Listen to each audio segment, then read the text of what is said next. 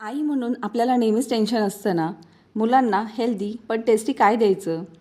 माझ्या बाळाला खूप आवडणारी ही हेल्दी मखाना कुल्फी आज मी तुमच्यासोबत शेअर करते. ही कुल्फी बनवायला खूप सोपी आहे आणि शुगर फ्री असल्यामुळे लहान मुलांसाठी एकदम परफेक्ट आहे.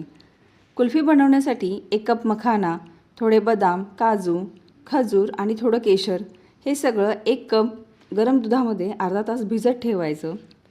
अर्ध्या तासानंतर मिक्सरमध्ये याची छान पेस्ट बनवून घ्यायची. यानंतर अर्धा लिटर दूध गरम करून घेतलं आहे.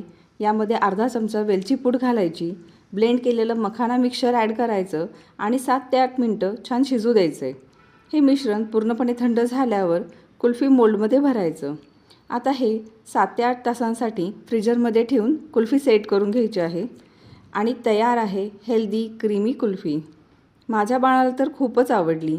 तुमच्या लहान मुलांना पण नक्की ट्राय करून बघा.